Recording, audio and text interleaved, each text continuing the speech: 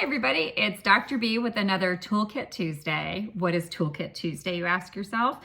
Well, no need to investigate, I'll tell you. It is when I share tools from my latest book, Unflappable, How Smart People Quit Overthinking, Ditch the Drama, and Thrive at Work.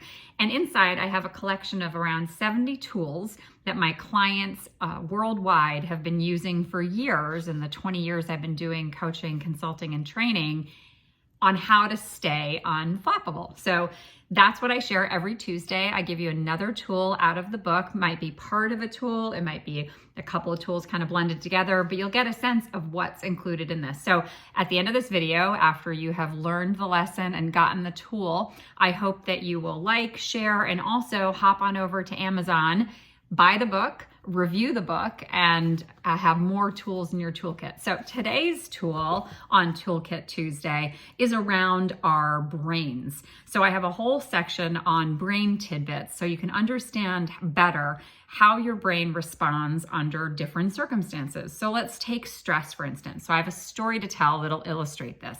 So this morning, outside, you might be able to see some of the snow in the background here in New England. We had a pretty big snowstorm, and it wasn't in terms of volume, but in terms of slick roads.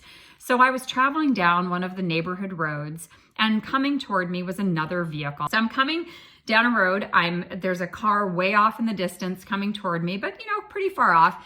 And all of a sudden, a car jumps out, as cars do, in front of me from a side street, didn't even slow down at the stop sign, drove right into the lane in front of me. And luckily, I slowed down quickly enough that I didn't run into them, but we were feet away from each other, like maybe a little more than an arm span away from each other.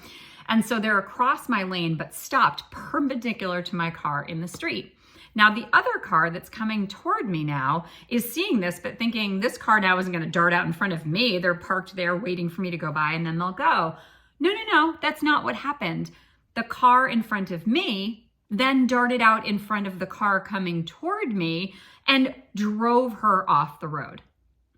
Now, in driving her off the road, of course, she's like trying to avoid an accident. She drives up on the sidewalk, takes out a couple of posts that are sidewalk markers, and comes to a stop. Now you think it's going to end there where, the person's going to get out of their vehicle and start talking and we're going to kind of calm from this. No, that's not at all what the other driver did. The driver pulled up, looked at her, and drove away. Now by now I had pulled over to the side street. I came over and I was talking with her, and the young woman was amazing, but shook. So when our bodies find ourselves in these situations, our bodies respond, fight or flight, and now legit fight or flight. She's trying to get out of the way of an oncoming car. So her body goes right into a panic state where she's got adrenaline pumping, her heart rate is up, her breathing is shallow and quick, and she is getting, cortisol, the stress hormone. She's doing everything her body is supposed to do in the face of danger. The only problem is after the car pulled away and it's just the two of us standing there talking about the accident, trying to figure out how to get her car off of the curb, making sure she didn't have damage to her vehicle, there's no need for that stress response anymore.